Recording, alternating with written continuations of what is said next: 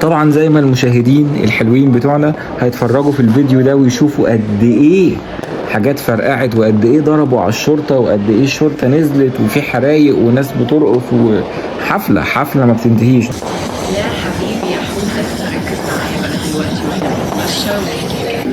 بص اللي بيحصل في فرانكفورت كل راس سنه مش فاكر يعني، بس الموضوع كله في ان الناس هناك عندهم حته تقليد كده ان هم بيولعوا العاب ناريه بشكل جامد.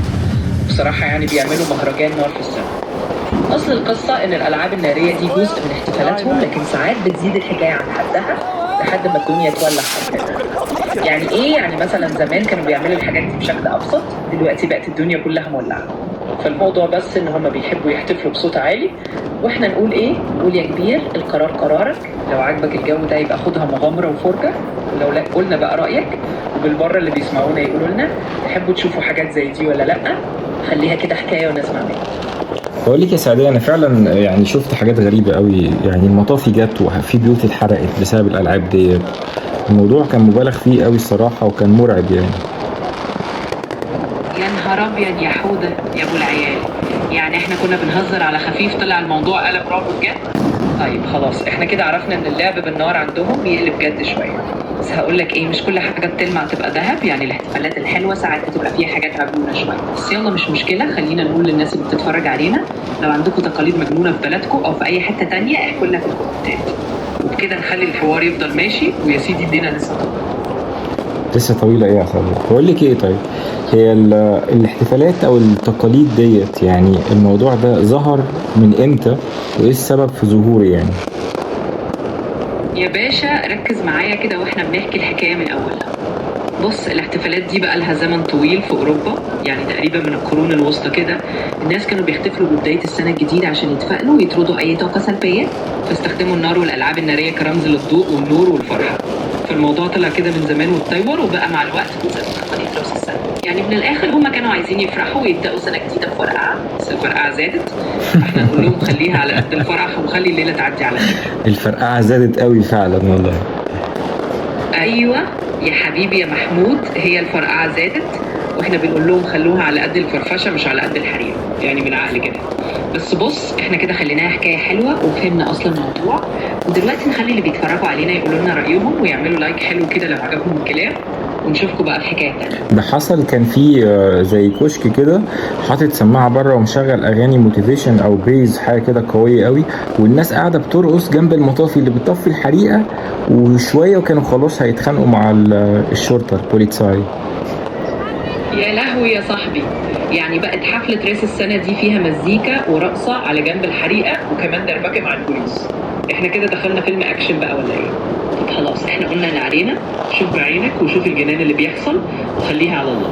وفي الاخر نقول للناس اللي بتتفرج علينا ايه رأيكم في المواقف المجنونة دي؟ احكوا لنا لو شفتوا حاجة شبه كده، وما تنسوش بقى اللايك والشير عشان الحكايات ما تخلصش. والسبسكرايب. طبعا يا حبيبي يا عمهم، ما ننساش نقول لهم اللي بيتفرجوا علينا يشتركوا في القناة عشان الحكايات تفضل مستمرة ونفضل صايف كل مغامرة. يعني من الآخر كده حلو الاشتراك هو تأشيرة الدخول على عالم سعدية المفترية ومحمود، وكل مرة هنجيب لكم حاجة أحلى. خلاص اتفقنا؟ خلاص يا سعدية، انا بس انا خفت عليكي في نص التصوير يعني، ورجعتك العربية. كان في ناس بتضرب على بعض اصلا، يعني بدل ما يضرب الصاروخ ده عشان يفرقع في السماء، كانوا وصلوا لحتة كده في الاخر كانوا بيضربوا على بعض بعد الساعة 12 و10 بالظبط. ابتدوا يضربوا على بعض ويفجروا كمان اللي هي التي اي 5 اللي هي الممنوعة ديت، كانت بتهز المباني. يا خبر ابيض يا حوده يا كبير، يعني ايه ده كله؟ طبعا حقك تخاف عليا يا قلب القلب وانت طول عمرك بتحرسني. بس بص احنا كده عملنا الصح وركبنا العربيه وخلصنا نفسنا من حفله الجنون دي. يعني بدل ما الصاروخ يفرقع في السماء الناس قررت تفرقع في بعضها. يا ساتر. بس خلاص الحمد لله عدت على خير، واحنا حكينا حكايه النهارده، والمره الجايه نجيب لكم حكايه احلى واحده شويه واللي شايفيننا. ما تنسوش تقولوا لنا رايكم في الكومنتات لو عديتوا بموقف مجنون زي ده، وخلوا الاشتراك واللايك شغالين عشان نفضل مكملين مع بعض. والله يا سعدية انا خفت عليك، انت عارفة انا بخاف عليكي قد ايه يعني. حبيبي يا محمود يا ابو قلب كبير، عارفه انك دايما خايف عليا، وده اللي مخليني دايما احس اني في امان جنبك. بس يا سيدي احنا كده طلعنا منها زي الشعر من العجين وبقينا تمام. خلاص بقى خلي قلبك جامد وانا هنا دلوقتي معاك وبنحكي حكاوينا، وكل اللي فات ده نخليه ذكرى ونكمل سكتنا مع بعض. طيب انا عايز شويه معلومات كده بقى يا سعديه، معلومات صح يعني. دلوقتي المانيا بتصرف كام عموما في السنه على الالعاب الناريه دي؟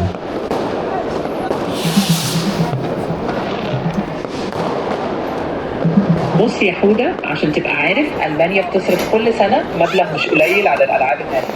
يعني مثلا في راس السنة 2024 الألمان صرفوا حوالي 197 مليون يورو تقريبا على الألعاب دي، فالموضوع بيزيد معلومة.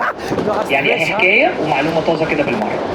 197 مليون يورو؟ يا نهار ابيض، في يوم واحد، في ليله واحده فرقعه بيفرقعوا 197 مليون يورو. طب يدوني منهم مليون. ايوه يا حبيبي يا باشا، بالظبط كده، ليله واحده والفلوس بتطير في السماء زي الشماريخ. فاحنا نقول يا ريت يدونا مليون من هنا الى من هنا بدل ما يفرقعوها في الهواء، بس اهي الناس مبسوطه واحنا بنحكي حكايات.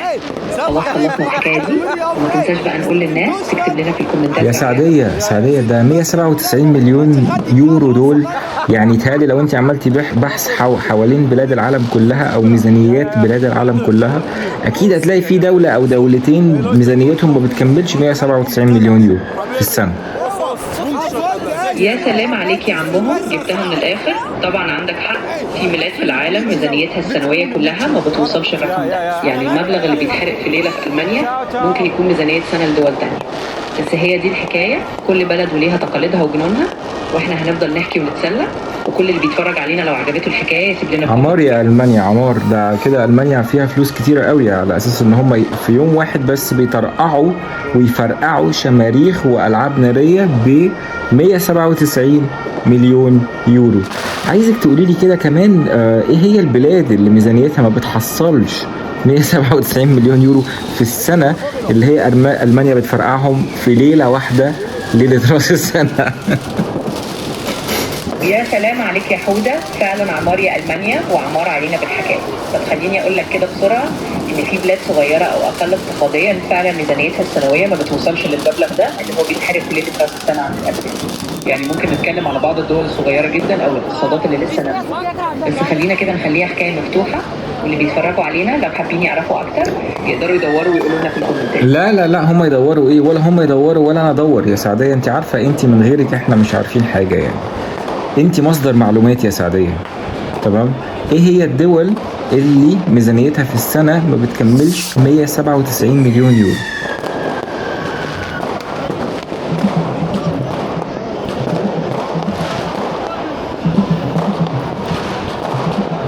بص يا حودة، عشان اقولها لك كده ببساطة، فعلا في دول صغيرة ميزانيتها السنوية كلها ما بتكملش الرقم اللي الألمان بيصرفوه على الألعاب النارية في ليلة واحدة.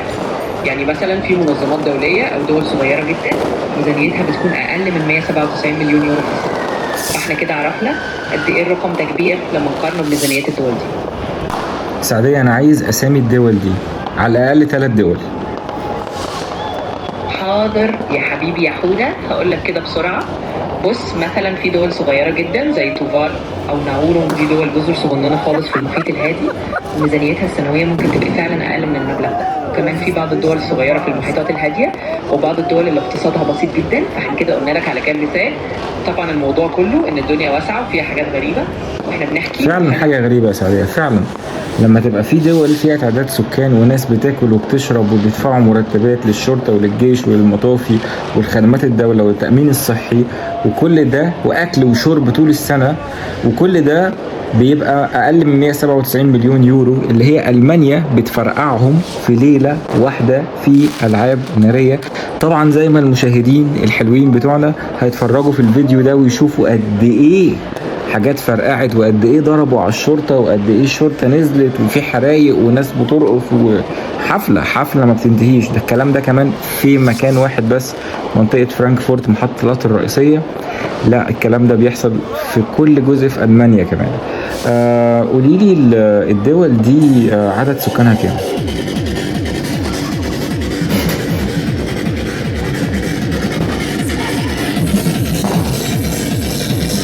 طيب يا حودة، خليني أقول لك إن الدول الصغيرة زي توفالو وناورو فعلا عدد سكانهم قليل خالص. يعني توفالو تقريبا حوالي 10,000 نسمة، وناورو حوالي 12,000 نسمة.